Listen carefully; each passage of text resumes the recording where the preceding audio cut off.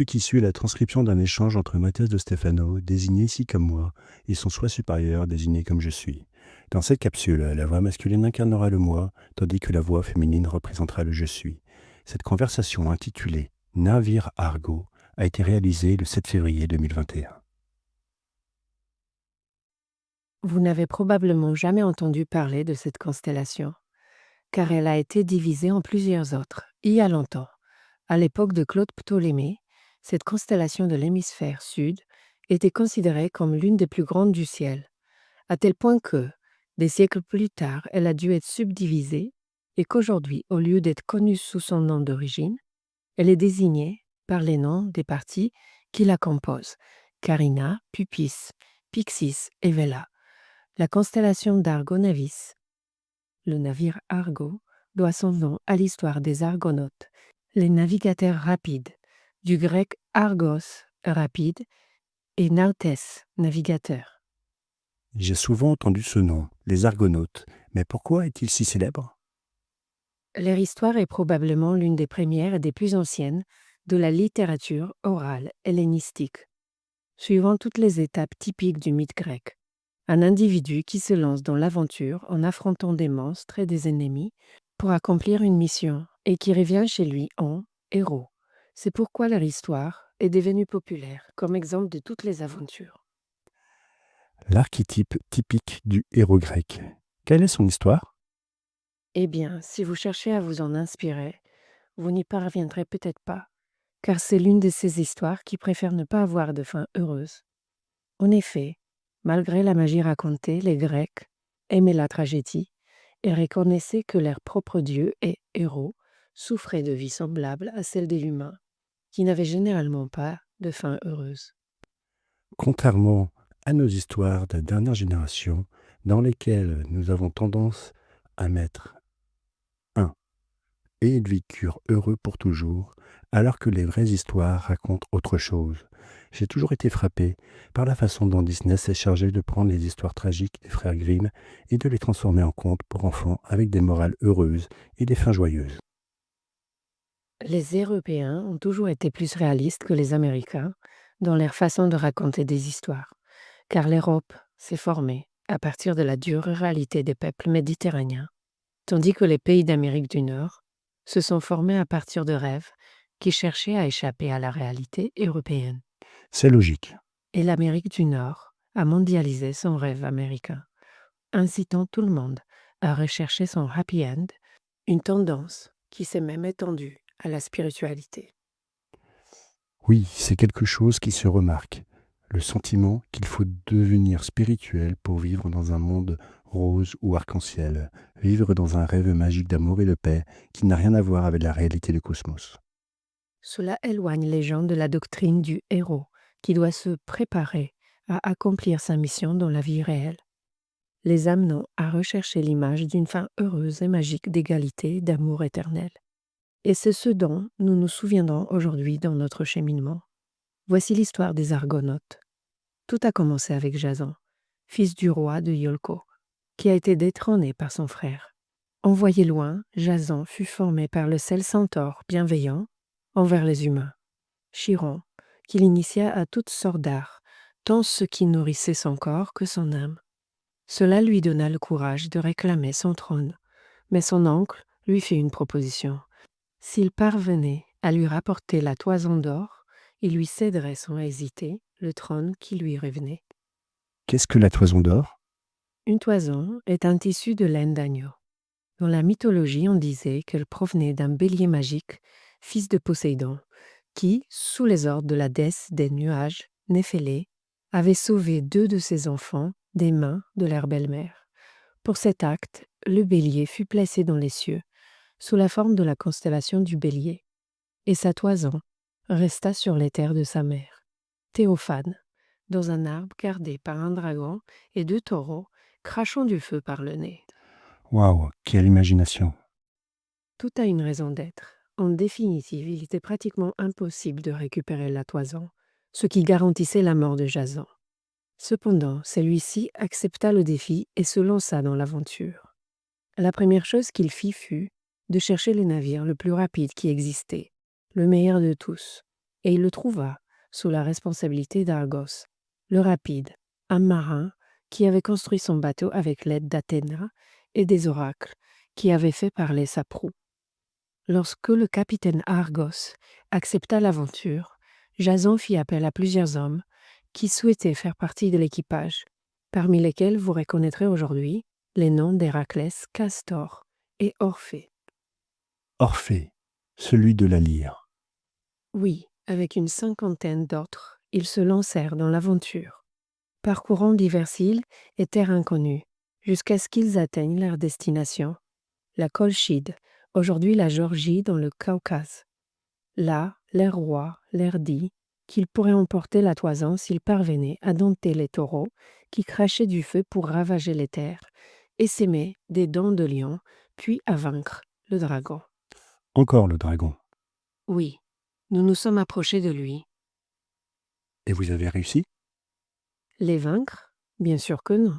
Évidemment, un Grec amateur de héros raconterait une autre histoire, mais la vérité est qu'il n'aurait rien accompli sans tricher, et que tout le travail a été fait par une femme, la princesse, qu'il a réussi à séduire et à convaincre de l'aider, Médée.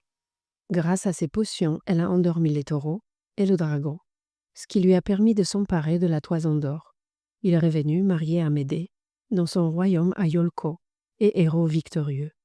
Mais son oncle a refusé de lui donner le pouvoir. Et Médée, comme toujours, l'a aidé en ensorcelant les filles du roi qui l'ont tué. Et ils sont alors devenus rois et ont vécu heureux pour toujours. Si l'histoire avait été écrite par Walt Disney, oui. Mais ce ne fut pas le cas. Le cousin de Jason prit le trône et exila le couple à Corinthe. Lassé de sa vie normale, Jason commença à tromper Médée avec d'autres femmes. Et elle le maudit, le condamnant à mourir seul, pauvre et abandonné de tous. Oh mon Dieu, quelle histoire horrible et sans morale. Eh bien, nous pouvons essayer d'en trouver une. On pourrait dire qu'aujourd'hui, dans le ciel, le grand et rapide navire Argos est brisé en morceaux. La constellation de Carina, quille du navire, Pupis, poupe de navire, Vela, voile d'un navire voilier, et Pyxis, boussole, constituent les parties les plus importantes de ce navire. Mais le bateau n'est pas seulement un symbole de l'histoire de Jason. C'est aussi quelque chose qui traverse toutes les histoires du monde antique. La navigation. Tu te souviens comment on dit en grec? Gouverner. Naviguer, c'est gouverner, car les représentants des différents royaumes naviguaient pour communiquer entre eux. Bien, la mer était un horizon inaccessible pour les premiers humains, quelque chose de pratiquement divin. C'est pourquoi les bateaux appartenaient aux dieux. Dans les traditions anciennes du Moyen-Orient, les bateaux symbolisaient les navires sur lesquels le soleil se rendait chaque jour au combat contre les empereurs. Le soleil naviguait sur l'océan bleu du ciel. Les bateaux représentaient ce voyage vers l'au-delà, vers l'inconnu, l'incontrôlable, jusqu'à ce qu'ils parviennent à devenir les capitaines de leur propre destin. L'Atlantide est devenue la principale puissance mondiale, car sa civilisation est née en mer, et son pouvoir de contrôle des vagues en faisait des dieux comparés au reste des humains. Ceux qui naviguaient sur les mers sillonnaient les cieux, car ils nageaient avec les étoiles. La quille est la colonne vertébrale d'un bateau, l'axe de cette divinité, Carina, qui transporte les dirigeants à travers l'océan de l'existence. À la poupe, le cap est déterminé par le gouvernail, tandis que la proue ouvre la voie en fendant les vagues, et le souffle divin, les vents des dieux, pousse le navire grâce à la grande voile.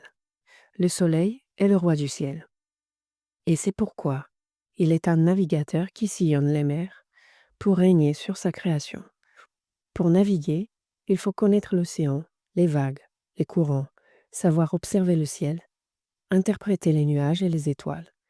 car ce sont les étoiles fixes et les planètes qui indiquent la direction au marin. Se gouverner soi-même, comme le soleil, c'est devenir capitaine de son propre navire. Savoir contrôler les mots dans le vent et les vagues de l'émotion. C'est l'esprit de l'air et les sentiments de la mer dans son axe de quille qui permettent à un navigateur de trouver sa destination et de traverser le divin.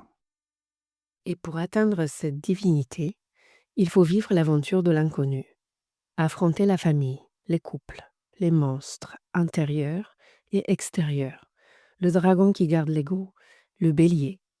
Le bélier est le moi le plus basique. C'est lui qui fait référence aux besoins les plus fondamentaux de la personnalité. Un bélier d'or, c'est l'éclat du moi lui-même, qui reconnaît sa lumière et la rayonne, non pas à partir de l'inconscience, mais à partir de la conscience. C'est le cadeau que vous obtenez après le passage qui implique d'affronter les taureaux de feu, c'est-à-dire le besoin de manger et de dormir, les deux bases fondamentales de la vie, les peurs qui vous empêchent de voir au-delà de votre corps. Taureau. Pour affronter le dragon, le troisième fondement du besoin d'un être, la reproduction, le feu de la création, l'ordre des émotions. Le voyage d'un héros implique de savoir contrôler son navire et guider l'équipage qu'il transporte, savoir gouverner son passé, son présent et son avenir. C'est ainsi qu'il parviendra à régner. Mais Jason n'y est pas parvenu. Pourquoi?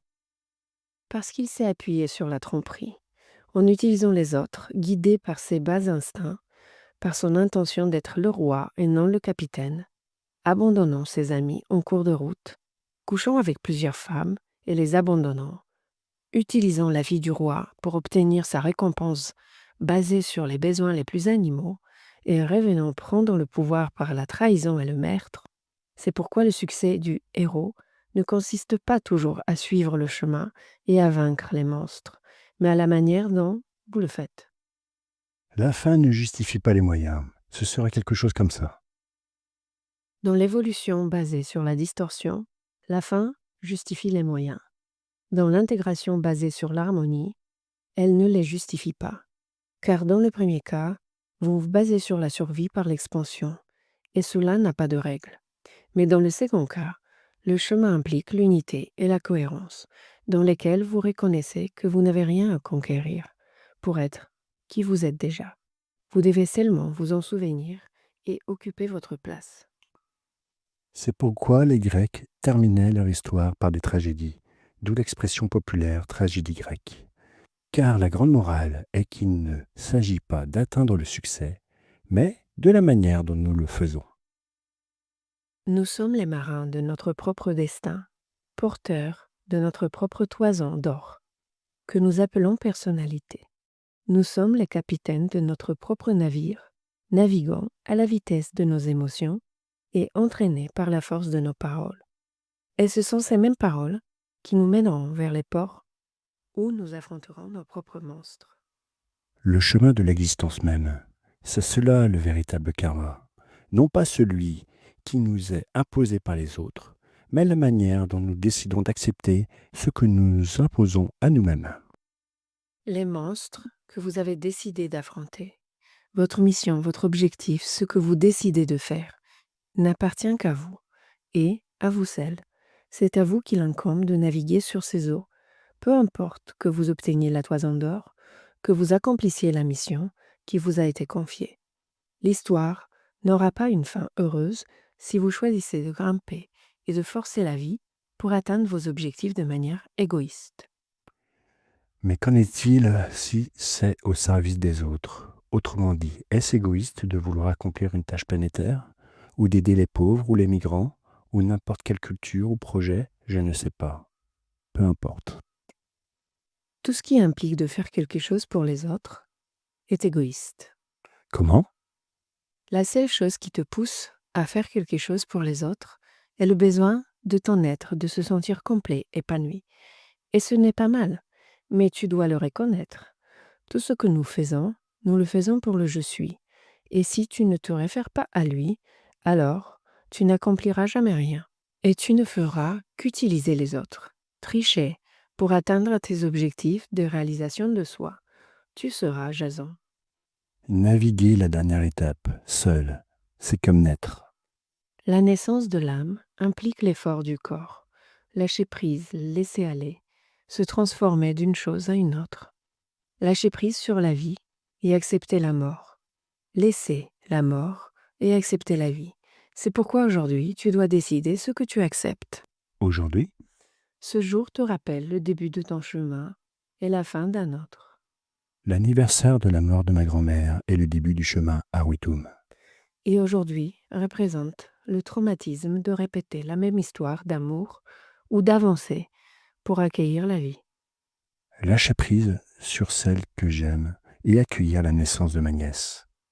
Le voyage t'attend. Le voyage, c'est aujourd'hui.